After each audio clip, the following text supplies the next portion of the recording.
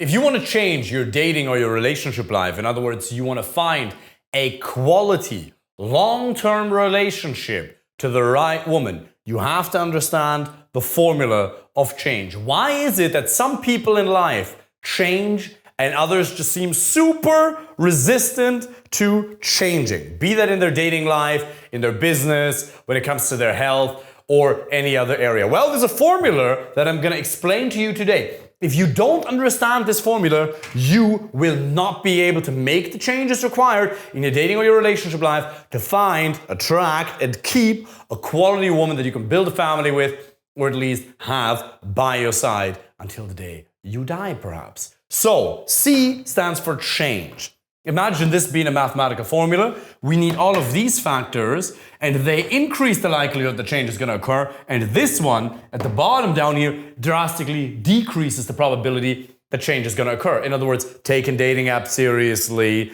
doing the approaches, making the change. Because ultimately, the results you have in your life, they come from your actions, all of them. Now, if you get hit by the bus, fair enough. You lose a leg, that's not to your own fault. But in general, by and large, all of the results you have come from your actions. Where do they come from? Your thoughts and your emotions. To be able to make the change required, you need this. The first source, the first ingredient for change, if you will, is dissatisfaction. You have to be emotionally dissatisfied. You have to experience pain. The higher the pain you feel associated with your current situation, waking up alone, going to sleep alone, jerking yourself to sleep, watching adult videos, scrolling on the internet, going on dates with the wrong women, going on dates with the right women and them losing interest in you, you looking at what she's doing on Instagram. If the pain is really high, then your willingness to change is really high. Now, Gunther Schmidt, one of Germany's best psychologists, he says that dissatisfaction, pain, increases our own willingness to change, but it doesn't increase our sense of competence.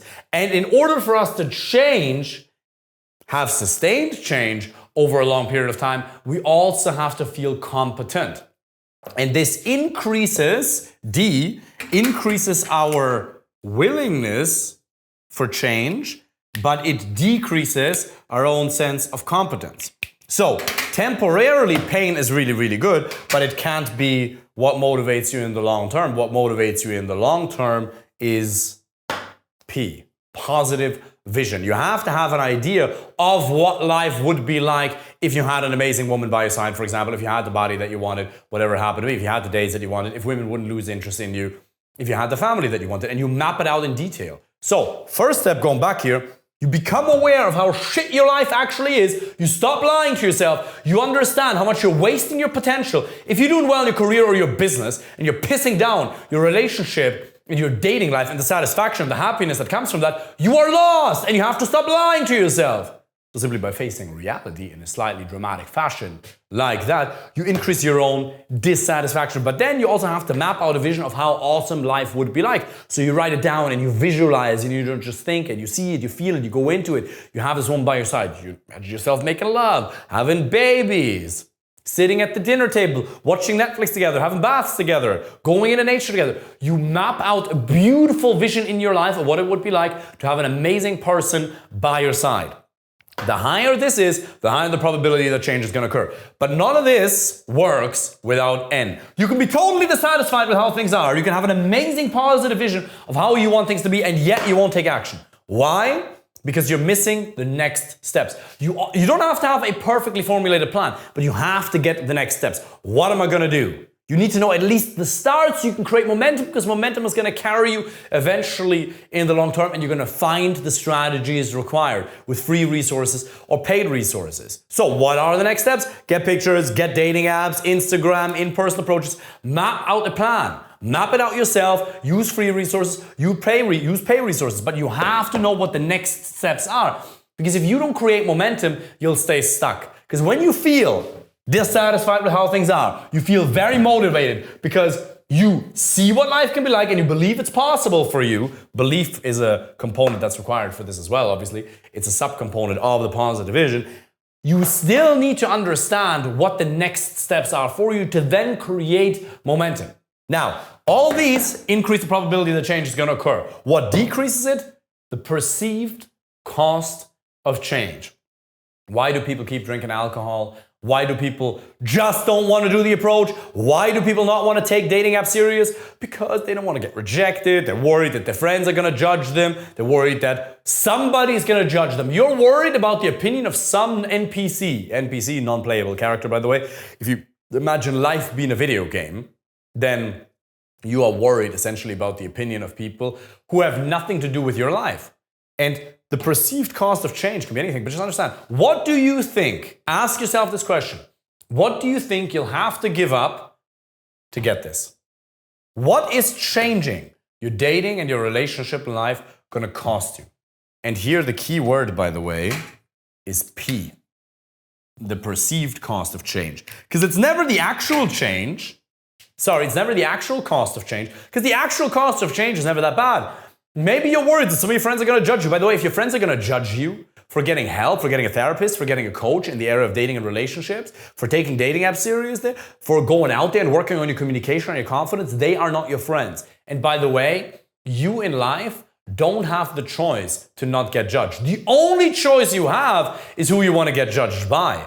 Do you want to get judged by losers for doing slightly unusual things? Or do you want to get judged by winners for not doing these things? Because winners do what failures won't. So ask yourself, what am I afraid I will have to give up to make the change? And then understand that it's a lie. You will actually not lose anything of significance if you make a massive change towards a desired goal. If you're changing in a positive direction, you won't lose anything. Yeah, there may be short-term discomfort, a little bit of rejection, effort, oftentimes it's just effort, and people being lazy. If you work hard in your career or your business, you probably don't identify as somebody being lazy, but you're burning so much energy that you're like, I don't even have the time. It's all bullshit. It's all excuses. This is a lie. But understand that this is what's kept you from making the change. So if you want to find a quality person, do this. Understand that it was shit in the past. Oh, I just got to get back in the game. I just got to, get back into it. You've never been in it. You have never mastered approaches. It's like riding a bicycle. You can get rusty. It might take you 10 minutes to get back into it, but you will never lose the skill set once you have it. You've never had it. If you truly would have ever had the skill set of creating attraction, setting boundaries, screening for red flags, being truly confident around women, you would have never lost it. You don't lose that skill set, okay? So stop BSing yourself. Understand it was shit in the past, it's shit right now, it's gonna be shit in the future. If you don't change it, you might say, David, my life is great. Yeah, you don't need a woman to survive. We're not talking about survival, we're talking about happiness. And we as human beings, we like to share things. If you have a win, what do you want to do? You want to share it with somebody you care about. And male friends also really matter, but we talked about that in the last video. Understand in detail how awesome life can be, how really, truly fulfilling it can be when you have somebody by your side every day who is physically really attractive, somebody who's really on your side, loyal, great values, amazing personality, not perfect. There's no such thing as a perfect human being. But somebody who's truly amazing. Map that out in your mind. Go into that. Let that motivate you. Let that vision create enough emotional certainty for you to then take the next steps.